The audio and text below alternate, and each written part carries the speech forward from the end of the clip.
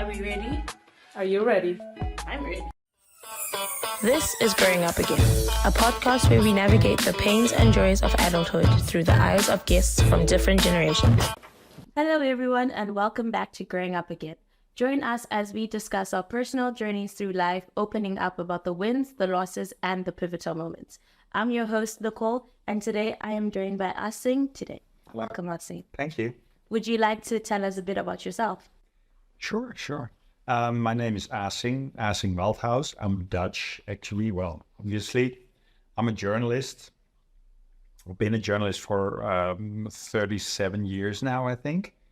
I never thought I would be that I would do that job or would be at it that long. I grew up on one of the Dutch islands. I'm not sure how familiar you're with them, but Friesland has 4 islands, and one of them is called Ameland, which is where I grew up. My parents had a hotel there, so I come from a really totally different childhood than journalism. And I've been living in Leeuwarden for the last, I think, almost 30 years now. Well, thank you for being here. Well, it's a pleasure. In today's episode, we will be talking about careers. So, before we start, the last guest in the previous episode wrote down a question that they would like you to answer, and their topic was on friendships. So, if you would like to read it, and There was got to be a box full of questions, but it's just one. What was your hardest decision you had to make during a friendship?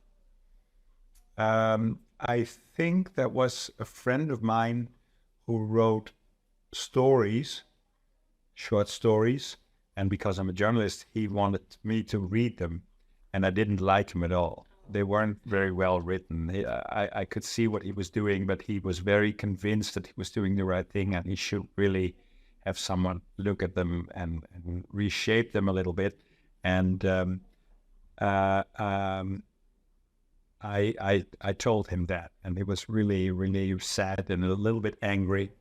And I could have told him they're okay, but I mean, well, what good would that have been? So I thought, well, what's friendship if you can't tell somebody that you don't like their stories? But it's still, it's like going to somebody who just had a baby and say, that's really baby. So that was kind of hard.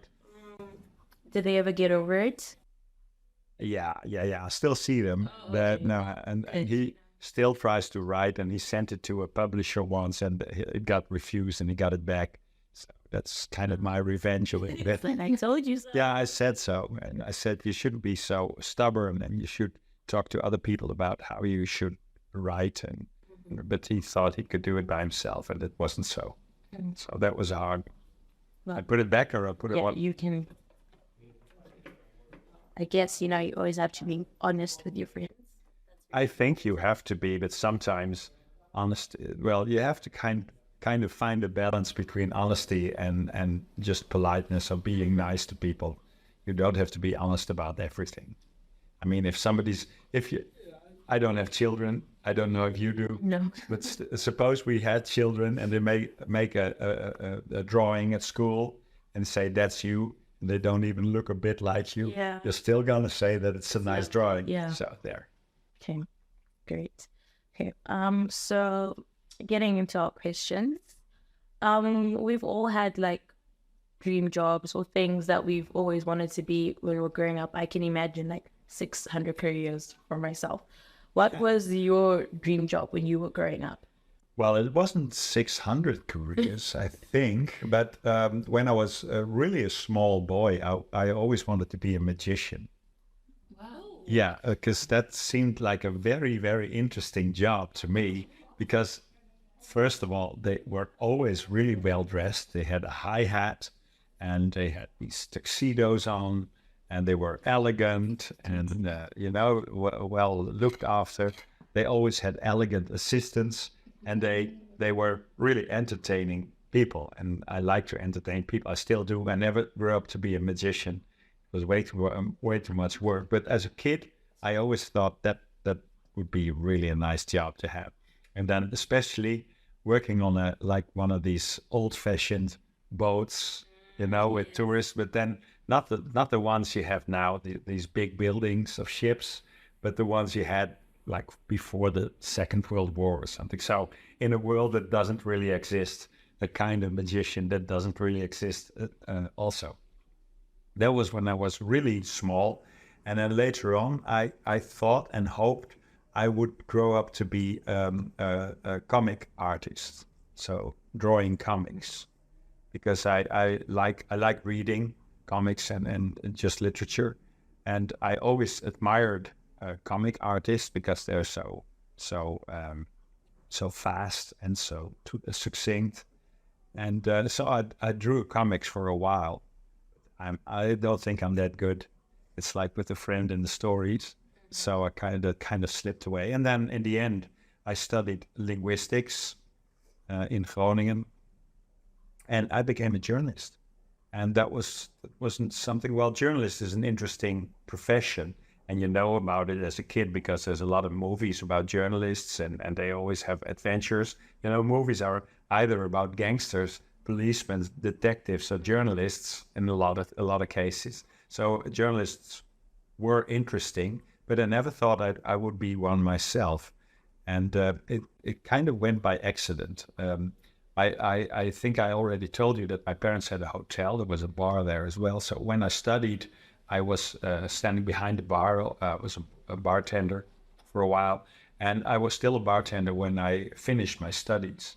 And that was okay with me. I wasn't really looking for anything or something. And then my grandmother thought, this guy has to have a job by now. So she cut a clipping out of a newspaper that they were looking for journalists.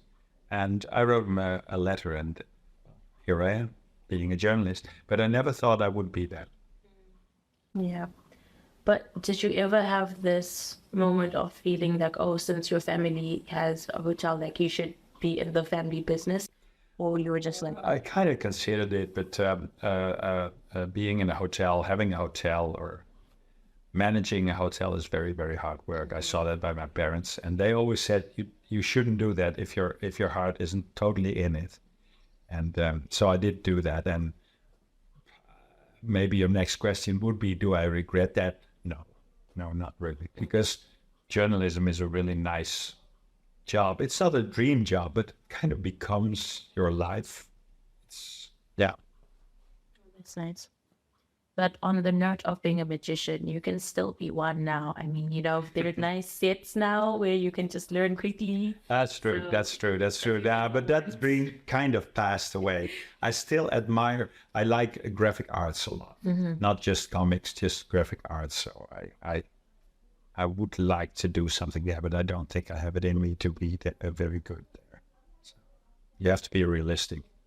After a while, when you grow a little older, you're getting more and more realistic about what you can and cannot achieve. Okay. So in your first job, I guess it was the bartending? Yeah, bartending. Well, I started as a dishwasher at home, Okay. as a boy. They could use all force that they could get, of course. So I was in the kitchen just washing dishes all day. Okay. And as you were studying your linguistics, did you ever have any doubts or fears that, like, would you actually make it or have a career after finishing? I didn't start. I'm not sure why I did that study. Well, at first I did English language and literature for a while, and then I switched to Dutch language and literature, and I kind of finished doing linguistics because I thought that was really interesting, comparative linguistics and the structure of languages and stuff. But I never thought, well, I'm gonna be this or that. I'm gonna be a linguist, whatever that may be, or I'm gonna be a teacher. Most people become teachers when they study languages. And actually, my parents said you should get your teacher's degree. You could do that during studies, because that'll always give you kind of a job certainty. So I did that, but I never was a teacher. I've been a teacher 1 year as a journalist on the School for Journalism, but that's all.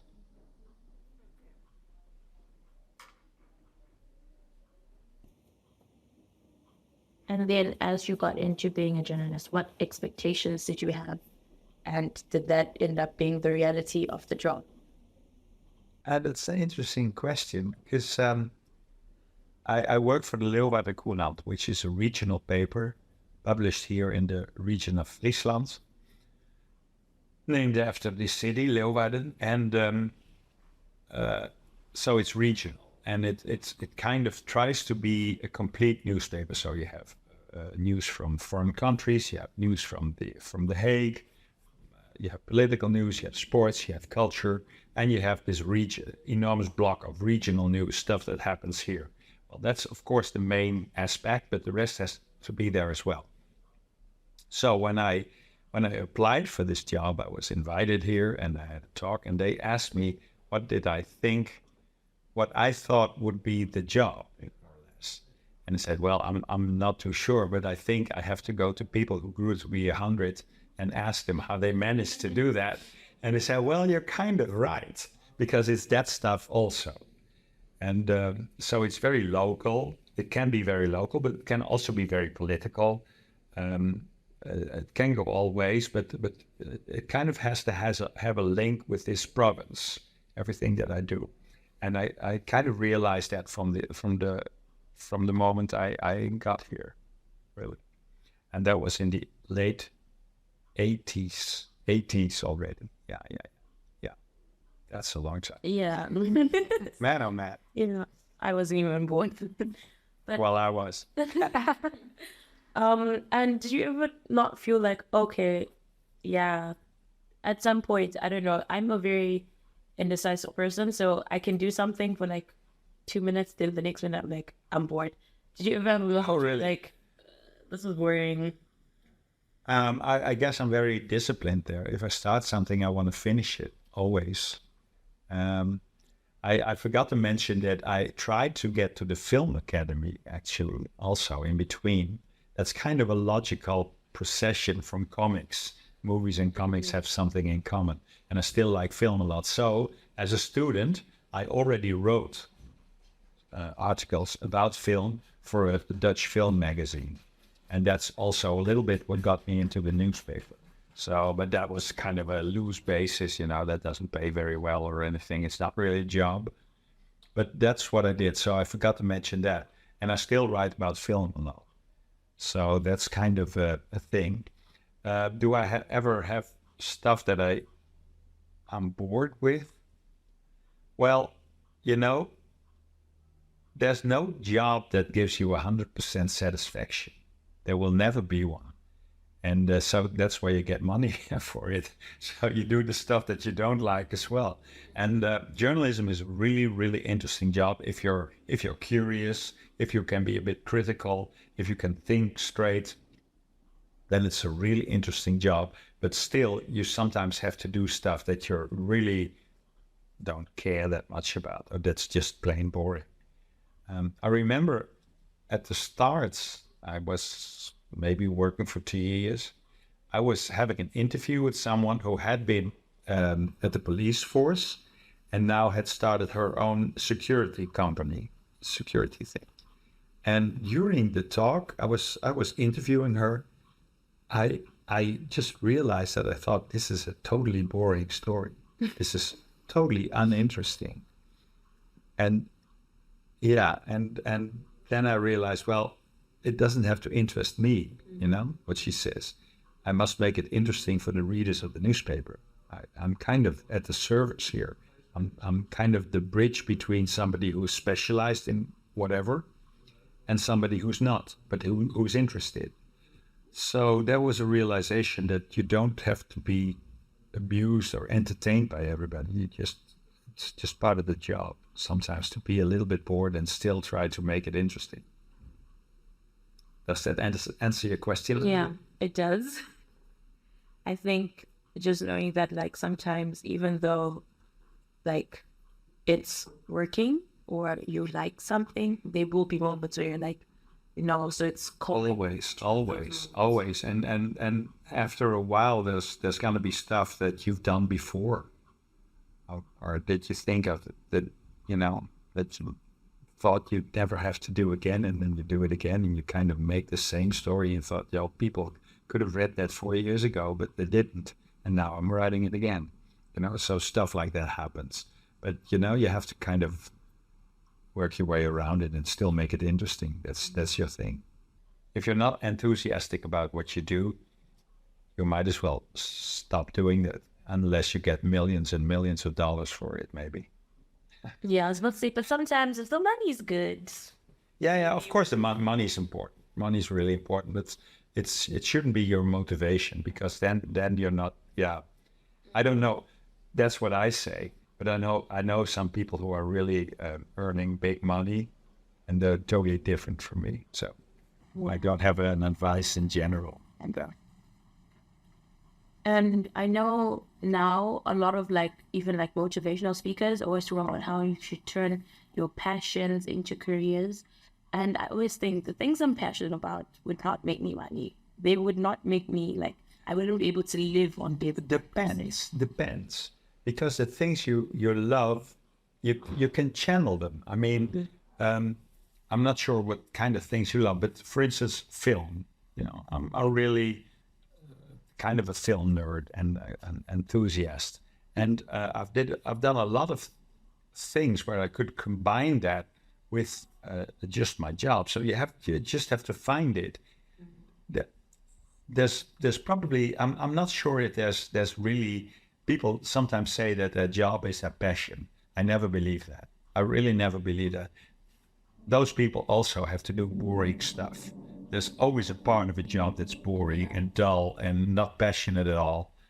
And but what you have to do is just find passion in your job. You have to find some sort of enthusiasm in what you're doing. And it's everywhere, I think. Well, in journalism it is, but also in other stuff. And while you've been working, has there ever been a time, maybe in your earlier start in your career, where you felt where you messed up, and then how did you deal with it? Yeah. Well, messed up. I made mistakes. Yeah. I made mistakes. But one of the advantages, if they're not too serious, one of the advantages of working at the newspaper is that you can correct them, because tomorrow there's going to be a new newspaper. Mm-hmm. And readers will attend you to those mistakes. They will point them out to you, and you can say, "Yeah, I was wrong. I was wrong." You just have to be gracious about that and say, "I was wrong." It's a human job. You're not a machine. You make mistakes, so that's that. But sometimes you make mistakes that you're kind of still embarrassed about. For instance, one of the very early things I did was a very tragic story about a man who had taken his cousin, 5 or 6 year old boy, on a trip through Europe on his truck. He was a trucker, and his cousin was really interested in. I think it was his nephew actually. Well, doesn't matter. Was really interested in becoming a trucker later, and was really interested in trucks, and he had a trip to, let's say, Switzerland or something, and the boy could get along. And somewhere along the way, this boy climbed out of the car, and I'm not sure about the details anymore. Anyway, he died. The kid died, and it was really, really sad. Of course, it was from a small village. I think it was his brother's son or something. So it was really. And I had a talk to this driver. It was all really, really sad. It was really sad, and it's something you have to do, which it's not nice to do, but you have to. And I misspelled the name of the boy in my article, and that I still regret, because that was so stupid. I tried to make it a very good article, to make it moving and loving and everything, and I misspelled his name. I don't know what name I gave him and what name he really had, but I still know I misspelled his name, and I thought, you have to watch these things. You have to be, you have to be very precise, especially in things that are so sensitive and so tragic. So that's something I still know, but other things, no, I wouldn't really know of any big examples that still haunt me or something. No. I'm curious. Can I ask a question? Yeah, sure. Okay, good. What would be your dream job right now? My dream, Money doesn't matter. What would be the dream job? I think something that has to do with like entertainment. So this, I've always had an interest in tabloid journalism because I do love other journalism, but I feel like I'm too passionate about certain things. So in terms of like politics, I could never just not share my opinion. So I think tabloid journalism, but I also like movies. So I would like to go into production, I think. Okay. And mostly producing, making concepts. I think that's very cool. But then I also like marketing. So then I don't know if I have like one thing that I would choose. That's why I'm always like, this is so difficult making a choice because I wish it was like school where I could be in one class for one day. So I would be in one career for like 9 until like 10, then the next. So I don't really know, but then I keep being told like some of the things I do like I'm good at. So I'm like maybe Less. yeah, but I don't know. Well, it's interesting that you ask about dream jobs. I think because I'm not so sure if there really are any. I mean, you've said like 4 or 5 jobs right now, so that's all your dream jobs, and then still something totally different can happen. That's kind of what happened to me. I never thought I'd be a journalist, and for a while I thought, well, let's do this, and then gradually, while being a journalist, I'll kind of find out what I actually want to do. But then after 30 some years, you realize this is it. This is what I do, and that's not a problem at all. I don't think. I think it was John Lennon who said, "Life is what happens when you're busy making plans." So yeah, you never know. I mean, yeah, stuff can happen. Can't plan it all. But do you regret maybe not pursuing your passion on filming or on graphic design, for example? Because you were making plans, right? To maybe end up doing something on. Well, for instance, let's say graphic design. I like design. I like, for some reason, I like letters a lot, lettering, just letters. And once you're, at a job like mine, we still make a newspaper. Of course, a lot of news is online now, but we still make a newspaper that's made of paper. And I really kind of care about how stuff looks on the newspaper. That's kind of a challenge. What kind of art direction you do, and so I kind of do that a little bit as well. So that's what I meant when I said you have to find a passion. There's a lot of chances to still do that. I mean, everybody who likes film, I think, everybody who likes film and who doesn't like film, let's be honest, but everybody who does like film and would like to work with it thinks I'd like to be an actor or a director, right? That's most people's dream. That's totally unrealistic. And still you have to pursue that when you're like 20 or 30, not anymore when you're nearing 60s. That would be ridiculous because making a movie is like 10 years of your life. And you have to be really, really dedicated to do that. Really dedicated. So I'm not sure about dream jobs. It's fun to dream. It's like looking at beautiful houses, with these infinity pools and stuff. I mean, it's nice to look at them, but kind of somewhere in the back of your head, you never own a house like that, and maybe you don't even want it because once you have it, it's probably very boring and you have to clean it all up all day. But I don't know. There's always a small chance that you're going to make it. So it's like, I get that maybe it's a dream job, but there are actors, so maybe, I don't know how to say it, you can end up being one. It's difficult, but if you're passionate about it, I don't know. Sure. Well, the passion or the dedication or whatever you're going to call it is the basis of it. That's the thing with dream jobs. But well, suppose I would ask you guys to make a list of 100 actors, right? And you have like half an hour to write them all down. Just any name you pops into your head. I think you would have about 70, and then it would be harder, right? Sure. Whereas there are like thousands and thousands of people who want to be an actor, thousands of, but there's just this little group that you see over and over again, and that you kind of think of when you think of an actor. And well, what are the chances that you're going to be in that group? Yeah. That's a hard one.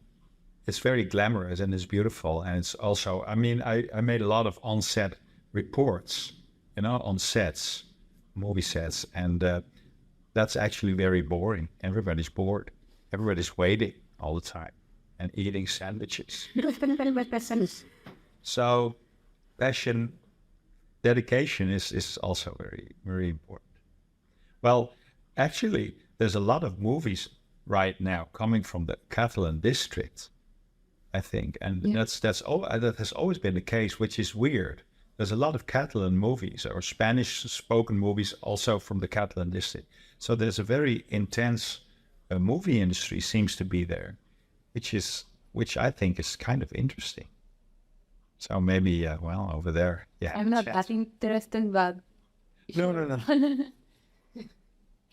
From this conversation, I'm starting to see that my definition of like dream job has evolved. I just thought, like, because it can be something that you're aspiring to become and something in life, but I also feel like it can also be the job you're in. You can turn that into your dream job. Exactly. Well, it's not gonna be your dream job because you don't actually dream about it. Yeah. Well, I do it now and then if it's very busy, but you can find enthusiasm and interesting stuff, I think, in a lot of jobs, most of the jobs. And one of the interesting things that you just said to me is like you have 5 or 6 dream jobs, which also indicates that you could be well at your place at a lot of jobs, If you're really, really focused on being a movie star and you're not going to be that, then that's going to be a big deception for you. But if you're kind of 6 or 7 and it's not going to be the one, then maybe it's going to be the other, or a combination, or a few big things and stuff. So it kind of opens up the world, I think, you never know. You just never know. I never knew I've said it a couple times, never knew I'd be a journalist, and I really like it. are you satisfied with that? Yeah, I really like it. I mean, after 37 Wouldn't it years, like would I do it again when I was 20? I don't know. I'd like to play the piano. Maybe I'd start taking lessons when I was 20 again or something. Yeah. Life is what happens, And the job also is what happens. Look, a job is not doing work. It's also meeting interesting people and meeting new friends and of course journalism is really an interesting job because it gets you everywhere. You can just walk into a house and ask people questions and nobody's gonna say, who the hell are you? What do you want from me? Because you're a journalist. So that's, I think, a very interesting. I'm a very curious person. I'm always interested in other people. So then it's a very good job. And I never knew that. I never knew it to be my dream job. So there. Would you still have someone who was like a mentor or was very inspirational to you as you were? A person, right? Yeah.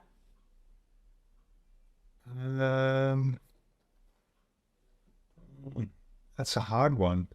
There's always people who can do something really, really well, So I kind of look up to those people, but I wouldn't want to call them a mentor. I mean, I read a lot, and sometimes from books I get ideas for an article, not for the content of the article, but for the form I can pour it in, So that would be kind of a mentor thing. When I think I told you that I was a teacher on the journalist school in Zwolle for a year, and I told them to read a lot of books. Just read books and see how people solve things and how they write them down and how they keep it exciting and how they work towards a climax in the story or whatever. And I think that's what you could call a mentor, although it's not a person. And then in the early days, yeah, I had some colleagues who were very, very well versed in the work, so I kind of looked up to them. But then after a while, you're starting to be better yourself, something, and then you think, yeah, well, I can do that too. You know, it's not to put those people down or anything, but it's just it's a very kind of equal club, a newspaper crew, more or less. Because sometimes you do stuff well, sometimes you do it less, and you say that to each other. And yeah. Now, sometimes you read something, you think this is magnificent. I wish I wrote that. So I would consider that a sort of mentorship. But there's not really a person I turn to. No. That's also fun. Yeah. And you'll a mentor would be nice, but you'll always be kind of, there's always, even if you do work for a long, long time, there's always going to be some uncertainty involved. You'll always, even if it really works that way, even if you wrote something that you're really proud of, a story or whatever, there's only has to be one or two persons who say that was nothing, that was shit, pure shit. Then you start doubting it. It's very easy to start doubting it. You will still write it because it has to be written. But, so it's very easy to stay modest. Yeah, but still, yeah. Sometimes you write stuff and you think this is a real good story, and then you're proud of yourself, and that's good. So you have to be proud of yourself now and then, and you always have to kind of keep open the door for improvement, because even if it's very good, it could always be better. For instance, I write columns 3 times a week. So every Monday, Wednesday, and Friday, there has to be a column of mine in the newspaper. And it has to be there. If I'm inspired or not, I have to write that. And sometimes I write columns of which I think, well, okay, it has to be a column, so this is it. It's not going to be better. And sometimes you write columns, you know, there's something in the street or whatever, something happens to you, and you think this is a great thing to write a column about. And then it's easy. So it's always going to be some sort of a struggle. And I mean this really as a metaphor for work in general. There's always, everything's always suboptimal, even if it's good. I'm not sure if it's a good lesson to give to students. I think so. Oh, okay, good. I don't want to put people off their studies. No, you're getting us to think. Okay. It's always in our head, so at least the fact that we have someone, you know, giving us answers is very helpful. Kind of puts us at ease about some things. So thank you for that. Good. Yeah. Hillary Clinton has said, don't confuse having a career with having a life. How have you, or how do you personally maintain a balance between your professional life and your just personal life? That's a hard one. Well, I'm not married. I don't have kids, so that makes it a lot easier. Plus, I'm kind of easygoing. I'm sure you noticed that. So I'm not very prone to, I think, because I haven't had one, I'm not very prone to having a burnout or anything. Really? I'm not prone, I don't think I'll have a burnout very, very easily. But I'm not sure, because everybody can have that. But I saw a lot of colleagues who had burnout, and most of them, not all of them, most of them were women, mothers and stuff, trying to balance all that. And that might sound very old-fashioned, but it's the truth. And yeah, that seems very hard. That seems very hard. And how do you balance that? I don't know. You have to find out going. There's no school for that. There's no school for that. If you kind of sacrifice a lot of your private life to your work, that's not gonna be good for your family in general. I mean, whatever the job is. I'm not sure if you ever saw the movie Citizen Kane with Orson Welles, and by Orson Welles, he plays a kind of a newspaper magnate, so somebody who has a lot of newspapers in the 30s, and there's an interesting scene where he's having breakfast with his wife, and they kind of are estranged from each other. And at one point he says, well, you shouldn't have married a newspaper man, they're worse than sailors. So there's that warning for you all. Don't marry a newspaper man. Got it. Although they can be very nice, newspaper men. Like me. Well, Sorry, I put you off it. no, not for you. I literally sometimes have the attention span of a goldfish, honestly. But in terms of, I know now, like, in terms of the whole work-life balance, like, I know from our generation, more of the people like, oh, I don't want a 9 to 5. I don't want a 9 to 5. But then even I say that, but then in the stuff I'm interested in and want to do, or even here as like a student, I find myself then devoting 20 hours. way over 9 to 5. That's going to happen, and that's has to do with your dream job. The dream jobs you keep hammering on, because if it's a dream job, you won't care about 9 to 5. I think so. That'll be a thing, and plus I noticed, but this can be an old white man talking. I'm not sure why you're interviewing me at all.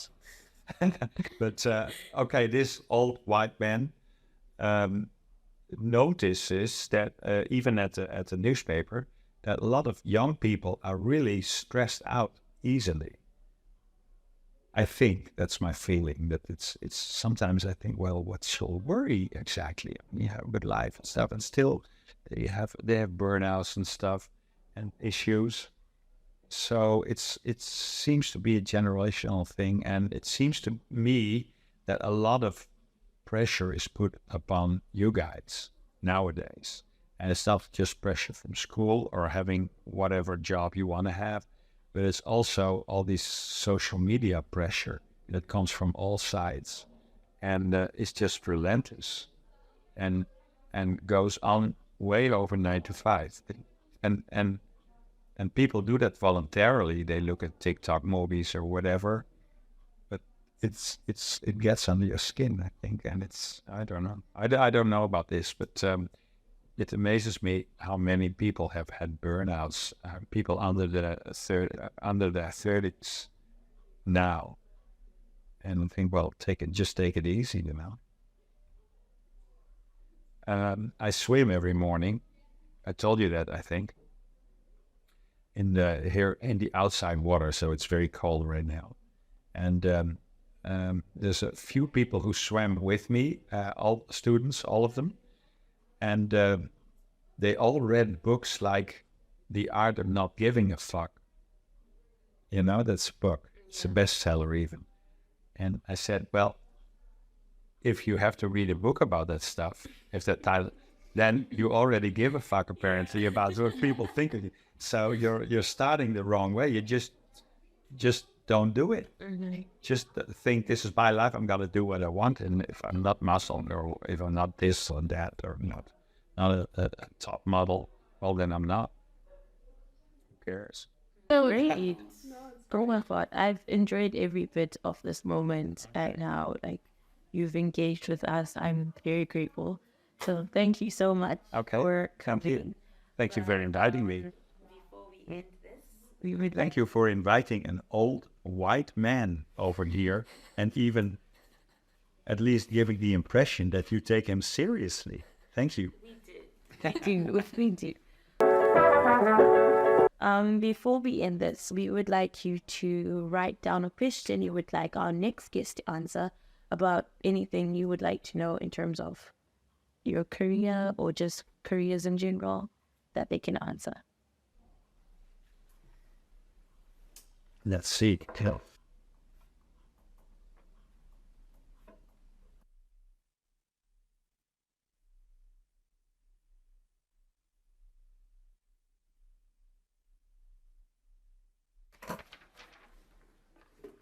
Oh, you don't even read it. No. Okay. Well, here's the secret question.